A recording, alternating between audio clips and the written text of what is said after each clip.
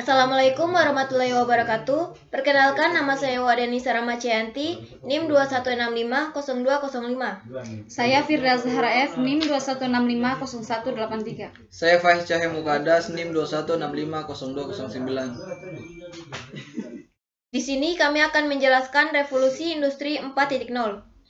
Revolusi industri 4.0 atau yang sering disebut dengan cyber physical system merupakan revolusi yang menitik beratkan pada otomatisasi serta kolaborasi antara teknologi cyber. Revolusi 4.0 ini sendiri muncul di abad ke-21 dengan ciri utama yang ada adalah penghubung antara informasi serta teknologi komunikasi ke dalam bidang industri. Dengan kemunculan revolusi ini mengubah banyak hal di berbagai sektor, di mana yang pada awalnya membutuhkan banyak pekerja untuk menjalankan operasionalnya, sekarang digantikan dengan penggunaan mesin teknologi. Kemudian jenis teknologi di dalam revolusi industri 4.0. Pertama, Internet of Things atau LOT. Kedua, Big Data. Yang ketiga, Cyber Security. Keempat, Simulation. Dan yang kelima, Cloud Computing. Internet of Things atau IoT adalah teknologi yang pertama dalam pengembangan yang terjadi di revolusi industri 4.0 adalah Internet of Things atau IoT, yang merupakan sebuah konsep di mana sebuah objek yang memiliki kemampuan untuk dapat mentransfer data yang ada melalui jaringan tanpa diperlukan interaksi antar manusia. IoT sendiri merupakan sebuah sistem yang menggunakan berbagai perangkat komputasi, mekanis, serta mesin digital yang menjadi satu kesatuan yang terhubung. Sistem Internet of Things di dalamnya sendiri terdapat 4 komponen yang terdiri dari perangkat sensor, konektivitas, pemrosesan data, serta antarmuka pengguna. Yang kedua, Big Data.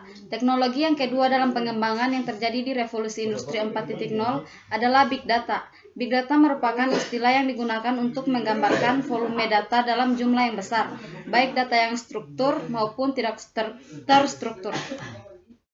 Yang ketiga, Cyber Security. Teknologi yang keempat dalam pengembangan yang terjadi di revolusi industri 4.0 adalah Cyber Security, yang merupakan sebuah bentuk upaya untuk melindungi segala informasi yang dimiliki dari adanya cyber attack.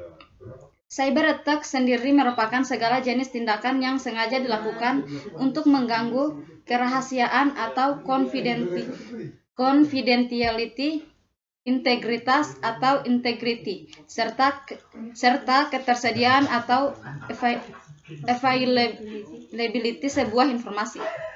Yang keempat, Simulation. Teknologi yang ketujuh dalam pengembangan yang terjadi di revolusi industri 4.0 adalah simulation, yang merupakan bentuk perwakilan dari operasi waktu ke waktu. Simulasi seringkali digunakan untuk berbagai konteks, seperti dalam simulasi teknologi yang digunakan untuk optimalisasi kinerja, teknik keselamatan, pengujian, serta pelatihan.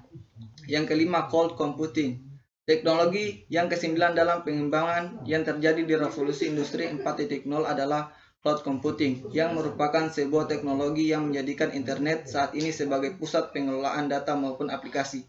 Dengan adanya cloud computing ini, para pengguna komputer diberikan hak akses untuk dapat masuk ke dalam server virtual yang dapat digunakan sebagai konfigurasi server melalui internet.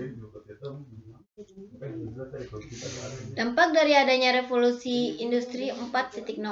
Dampak positifnya, kemudahan dalam mengakses informasi dikarenakan dapat menggunakan gadget maupun teknologi lainnya. Kedua, efektivitas dalam bidang produksi dengan mengganti tenaga manusia yang ada dan menggantinya dengan teknologi mesin. Selain mengurangi biaya produksi karena mengurangi penggunaan tenaga kerja, dengan menggunakan teknologi dapat meningkatkan hasil produksi. Kedua, dapat meningkatkan pendapatan nasional karena dapat memproduksi barang dalam waktu yang relatif singkat dengan kualitas yang baik. Terakhir, peningkatan peluang kerja bagi tenaga ahli. Hal ini dikarenakan walau menggunakan mesin tetap saja membutuhkan tenaga ahli manusia untuk menggerakkannya. Kemudian dampak negatif dari revolusi industri 4.0. Pertama, lebih rentan terhadap serangan cyber. Hal ini dikarenakan proses produksinya menggunakan mesin teknologi. Oleh sebab itu sangat penting untuk memiliki sistem keamanan yang baik. Kedua, butuh biaya besar dalam investasi alat serta pekerja. Hal ini dikarenakan harus mengeluarkan uang untuk membeli alat terlebih dahulu, serta pelatih keterampilan pegawai agar dapat menjalankannya. Ketiga, adanya urbanisasi di mana meningkatnya jumlah populasi masyarakat yang ada di kota besar. Dan terakhir, berdampak untuk lingkungan. Hal ini dikarenakan dengan menggunakan mesin yang ada dapat menghasilkan populasi udara, limbah dalam jumlah besar, serta hal negatif lainnya yang dapat merusak lingkungan. Contoh penerapan industri 4.0. Contoh dari penerapan industri 4.0 di Indonesia sendiri dapat kita lihat pada industri makanan serta minuman, teknik, tekstil, otomotif, elektronik, serta kimia. Terdapat 5 contoh industri yang lahir karena adanya perkembangan teknologi digital, yaitu e-commerce. Yang kedua, agregator layanan. Yang ketiga, agensi digital marketing. Yang keempat, pembayaran digital. Dan yang kelima, kursus online. E-commerce. Contoh yang pertama adalah e-commerce yang merupakan transformasi dari industri retail yang tersentuh pengaruh teknologi yang kemudian berubah menjadi hal tersebut. Pada awalnya, e-commerce merupakan sebuah platform yang digunakan untuk transaksi jual beli antar pengguna yang sama sekali tidak ada sangkut pautnya dengan pengusaha besar.